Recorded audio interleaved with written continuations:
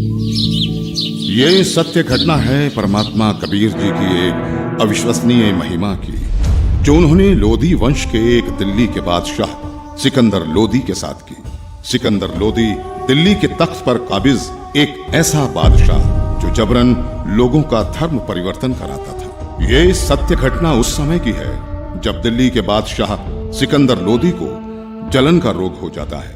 बादशाह का शरीर जला हुआ दिखाई नहीं दे रहा था, लेकिन पीड़ा इतनी थी कि जैसे शरीर को अग्नि से जला दिया गया हो। इसके लिए पूरे भारतवर्ष के हिंदू और मुस्लिम धर्म के सभी पंडित, काजी, वैद्य, हकीम भी उपचार कर करके थक चुके थे।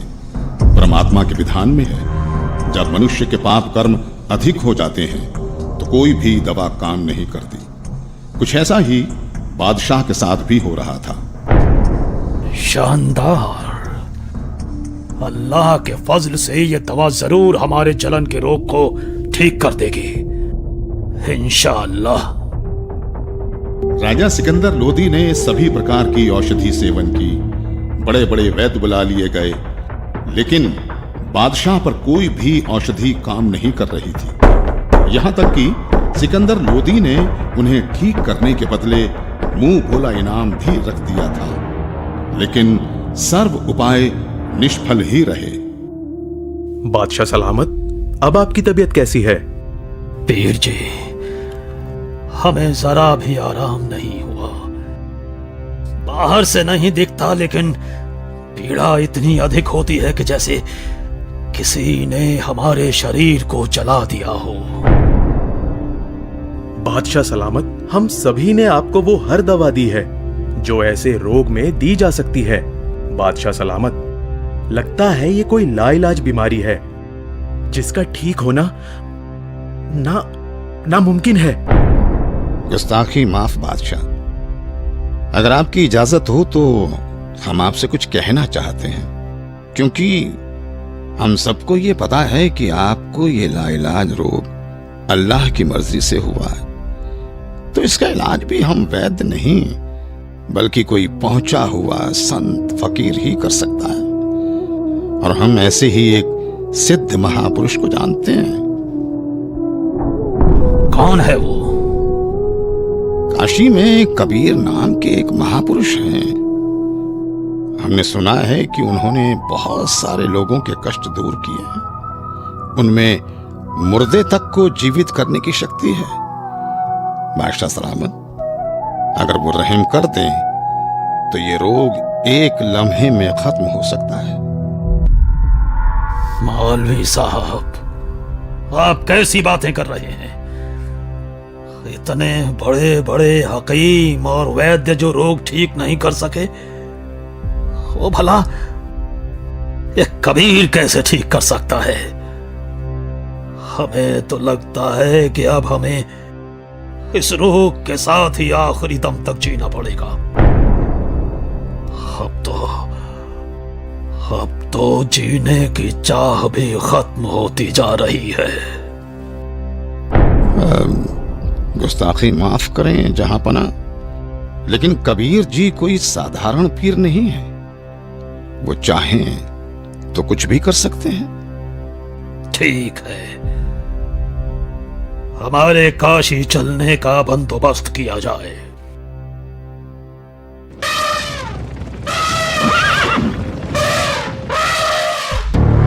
काशी नरेश महाराज वीर देव सिंह बघेल की जय हो। कहो दूत, क्या संदेश लाए हो? काशी नरेश, बादशाह सिकंदर लोधी इस समय अपने जलन के रोग के कारण बहुत परेशान हैं। उन्हें बताया गया है कि यहाँ कबीर नाम के एक महापुरुष हैं जो बादशाह के जलन के रोग को ठीक कर सकते हैं। इसीलिए बादशाह जल्दी ही काशी पधारने वाले हैं। ठीक है, संदेश भिजवा दीजिए। हमें बादशाह के आने का इंतजार रहेगा। महामंत्री जी, बादशाह के स्वागत की तैयारी की जाए। जी महाराज।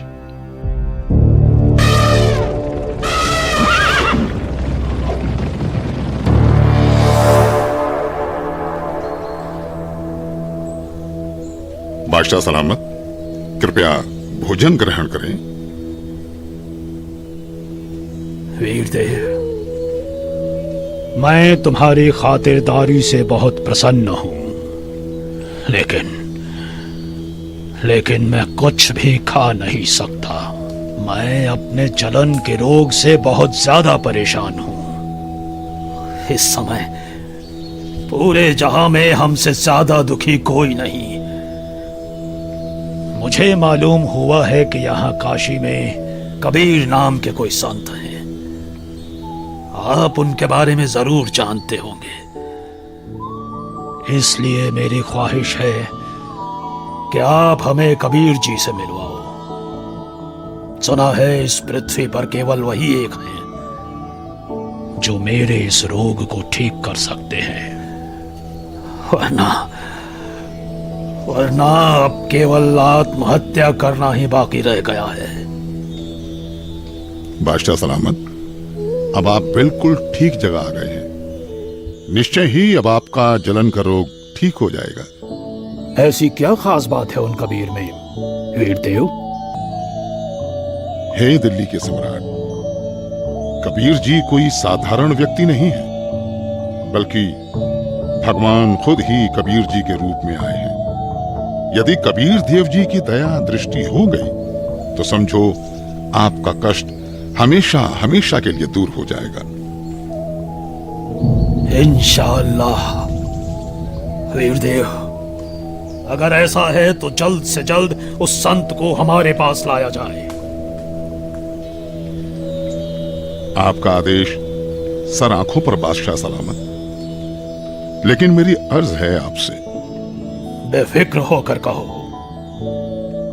बादशाह, कहते हैं कि संत को कभी आदेश देकर नहीं बुलाना चाहिए, और कबीर प्रभु जी तो संतों के संत हैं। फिर भी यदि हम उन्हें आदेश देकर बुलवा भी लें और उन्होंने आपके रोग को दूर करने की कृपा ही नहीं की, तो फिर उनका आना ना आना एक समान होगा।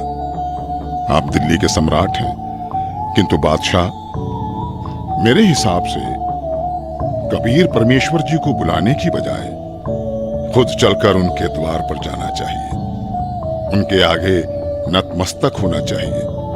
तभी संत प्रसन्न होकर अपनी कृपा बरसाते हैं। इसलिए मेरा अनुरोध है कि हमें खुद ही कबीर प्रभु के पास चलना चाहिए।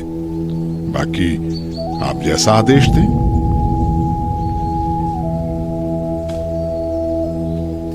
ठीक है, मुझे अभी कबीर जी के घर ले चलो। मैं अभी के अभी कबीर जी से मिलना चाहूंगा। बादशाह सलामत, कबीर प्रभु जी रोज शाम को अपने गुरु रामानंद जी के पास जाते हैं, जहां वो सभी भक्तों के साथ मिलकर आरती किया करते हैं। अभी हमें श्री रामानंद जी के आश्रम ही चलना होगा। इंशाअल्लाह। हे परवरदिगार, लाज रखना। आपके दर्शनार्थ आश्रम की ओर निकल तो पड़े हैं, किंतु वहां तो स्वामी जी ने मुसलमानों का अंदर जाना वर्जित किया हुआ है। दया करना भगवान।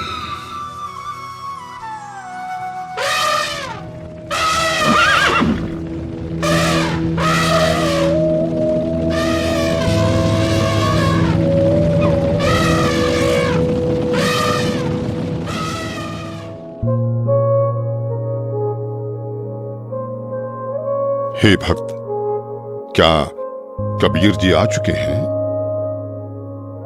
अभी नहीं आए हैं राजन, आने ही वाले हैं। इस समय वो अवश्य आते हैं। कोई बात नहीं वीरदेव, चलो अंदर आश्रम में बैठकर कुछ देर इंतजार कर लेते हैं। जी बादशाह सलामत। भगत जी, एक बार आप स्वामी रामानंद जी से आज्ञा लेकर आइए कि दिल्ली के बादशाह सिकंदर लोदी आए हैं, आपके दर्शन करना चाहते हैं और कबीर जी से मिलना चाहते हैं। कबीर जी आए तब तक यहां आश्रम में कुछ देर आपके पास बैठना चाहते हैं।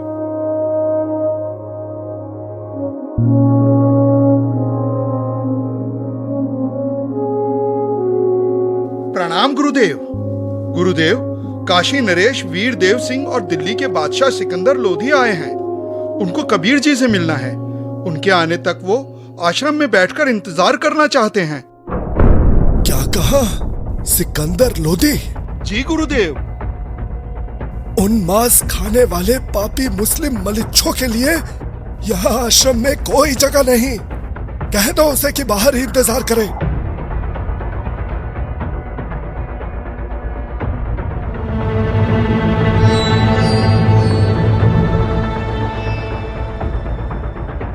हे राजन, स्वामी जी ने बादशाह को अंदर आने से मना कर दिया है। मुसलमानों का आश्रम में प्रवेश निषेध है।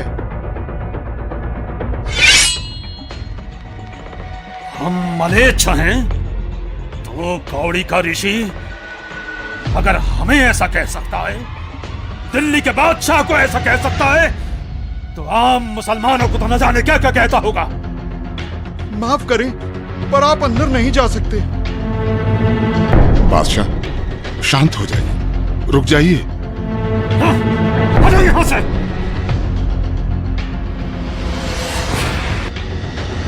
रामानंद हमें काफिर और मलेच्छ कहता है। अभी बताते हैं तुझे कि हम कौन हैं।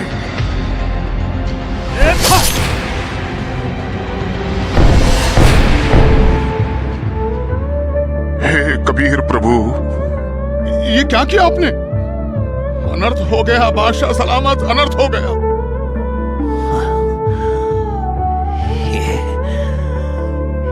ये मैंने क्या कर दिया? मैं निहायत ही नीच किस्म का व्यक्ति हूं।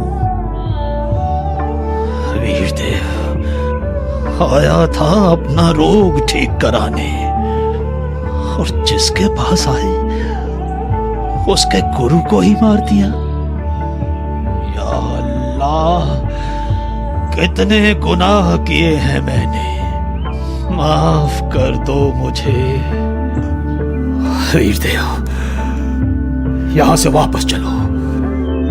कबीर जी अब कभी मेरे रोग को ठीक नहीं करेंगे।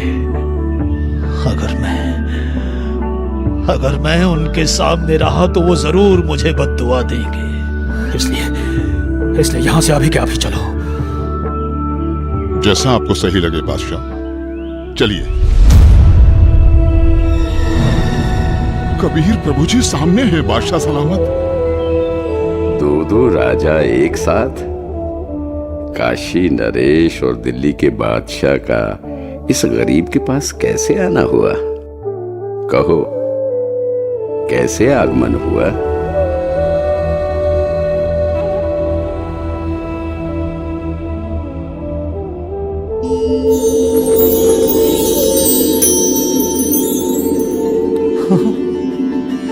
मेरी जलन,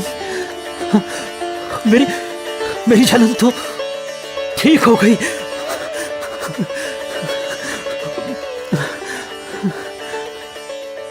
हे अल्लाह की ज़ात, मुझे माफ कर दो। मैं बहुत नीच आत्मा हूं, मैं बहुत पापी हूं। क्या बात है राजन? हे परवरदिगार, जिस उद्देश्य से मैं आया था वो तो आपके आशीर्वाद मात्र से ठीक हो गया। मेरे शरीर में जलन का असाध्य रोग था, जिसका कोई उपचार नहीं हो रहा था। उस भयंकर पीड़ा को आपने पल भर में दूर कर दिया परवरदिगार। लेकिन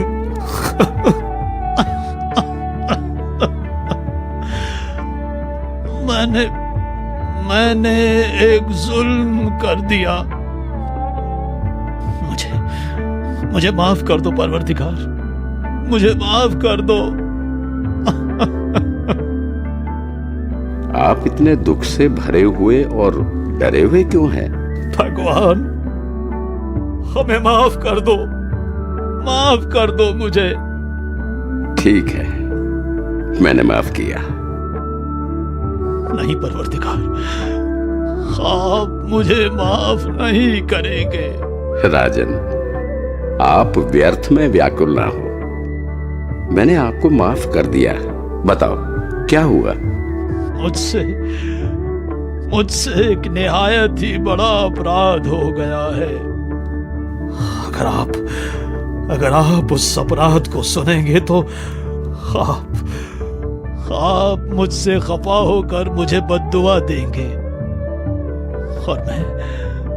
और मैं फिर से वैसा ही हो जाऊंगा जैसा यहां आया था। इसलिए मैं खौफजदा हूं। आखिर ऐसा क्या हुआ है बादशाह? रामानंद जी ने काफी तीखे अल्फाज बोले और मेरे पर पहले से ही बादशाह होने का नशा हावी था। मुझे गुस्सा आ गया और मुझसे उनकी हत्या करने का अपराध हो गया। मालिक, आप तो खुद ही अल्लाह की जात हो, सबके जहन की बात जानते हो। बादशाह, सच तो ये है कि कोई किसी को नहीं मारता।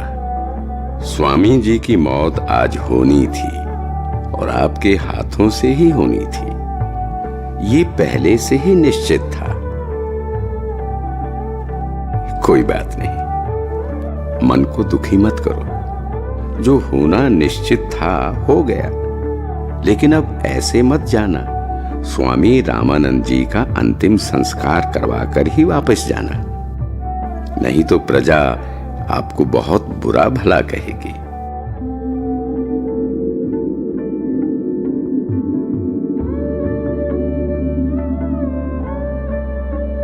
वीरदेव, आज मुझे अल्लाह मिल गए, ऐसे महापुरुष जिनके आशीर्वाद देते ही मैं स्वस्थ हो गया। और मैंने इतना जुल्म किया, फिर भी उन्होंने मुझ पर गुस्सा तक नहीं किया। राजा ने ये क्या किया? अनर्थ हो गया।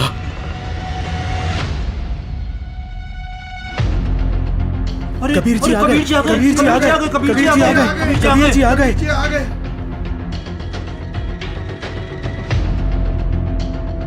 हे भगवान, सिकंदर लोधी ने अपने गुरुदेव की हत्या कर दी। अरे नादानो, कोई किसी को नहीं मारता। अपने गुरुदेव के प्रारब्ध में था इनके हाथों मरना, नहीं तो कहां सिकंदर लोधी बादशाह दिल्ली से चलकर यहाँ अपने आश्रम में आए। इनका तो कोई मतलब ही नहीं बनता यहाँ आने का। भक्तों, अपने गुरुदेव जी का संस्कार इन्हीं के हाथों मरने का था। अरे ये तो फिर से आ गया। अब ये क्या करेगा? गुरुदेव, आरती का समय हो गया। आपके सारे भक्त आपकी प्रतीक्षा कर रहे हैं। उठिए गुरुदेव। हे भगवान, हे गुरुदेव, यहां आपके बच्चे खड़े हैं।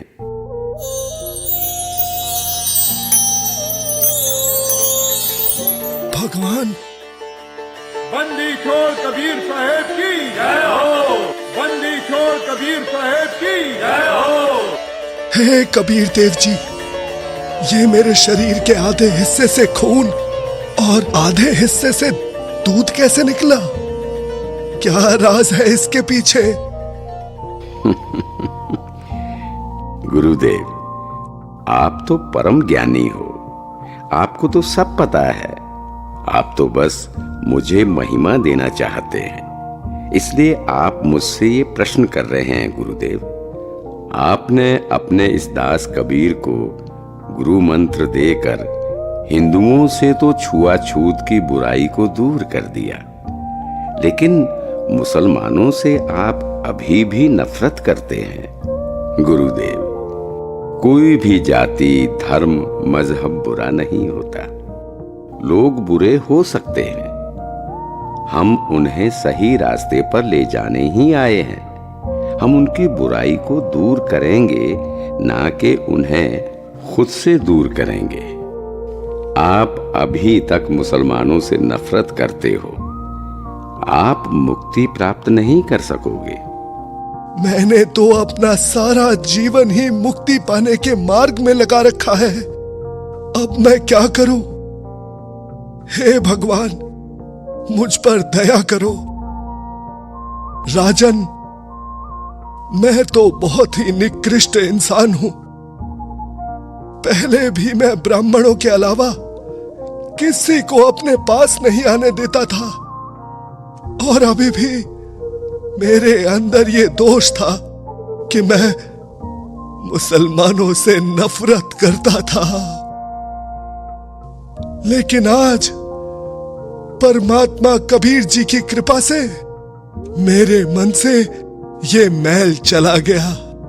दुनिया के लिए मेरे शिष्य बनकर लीला कर रहे हैं, किंतु सच तो यही है कि ये सर्व सृष्टि रचनहार है, और मैं भी इन्हीं की शरण में हूं। राजन, मैंने तुम्हें बहुत बुरा भला कहा, मुझे क्षमा करना। मुझे माफ करें गुरुदेव, मैं एक नीच इंसान हूं। मैंने भी बिना सोचे समझे आप जैसे महापुरुष की हत्या कर दी। वो तो मेरी खुशकिस्मती है कि आज मुझे परमात्मा कबीर देव जी के रूप में खुद अल्लाह ही मिल गए। मेरा भी न जाने कौन से जन्म का पुण्य फल उदय हुआ कि मुझ नीच को आप कबीर प्रभु मिल गए। मैंने तो अपने आप को मनुष्यों में सर्वश्रेष्ठ मान लिया था, लेकिन आपकी लीला से मुझे पता चला कि मैं तो कितना निकृष्ट था। आपने ये लीला मुझे सतमार्ग पर लाने के लिए ही की है। मैं तो धन्य हो गया। बंदी छोड़ कबीर साहेब की जय हो। बंदी छोड़ कबीर साहेब की जय हो। बंदी छोड़ कबीर साहेब की जय हो। इस तरह परमात्मा कबीर देव जी ने न केवल सिकंदर लोदी बल्कि गुरु रामानंद जी को सतमार्ग दिखाया और उन्हें मुक्ति की तरफ। आप और हम सभी वहां रहा करते थे। वहां आपके आज भी ज्यों की तुम महल बरकरार हैं। आपका बहुत बड़ा स्थान है। हरे भरे वहां पर फलदार वृक्ष हैं, सदाबहार वृक्ष हैं, और वहाँ किसी चीज का अभाव नहीं। वहाँ जन्म मृत्यु नहीं होता। वहाँ पर वृद्ध अवस्था नहीं है, वहाँ मृत्यु नहीं है। आपके घर पर जितने भी आपके बच्चे जन्म लेंगे वो आपकी पुण्य आत्मा होंगी, और आप पहले वहाँ चले जाओगे। इसी प्रकार से वो इसी साधना से वो भी आपके पास वहाँ पहुँचेंगे, और आपका फिर ज्यों का त्यों एक परिवार जुड़ेगा। अपने आत्माओं, जिस लोक में आप रह रहे हो ये लोक रहने का है। हमारी तक इस काल ने घनी भांग प्या रखी है, और हम इसी में मस्त, हमने ज्यादा दिखाई नहीं देता।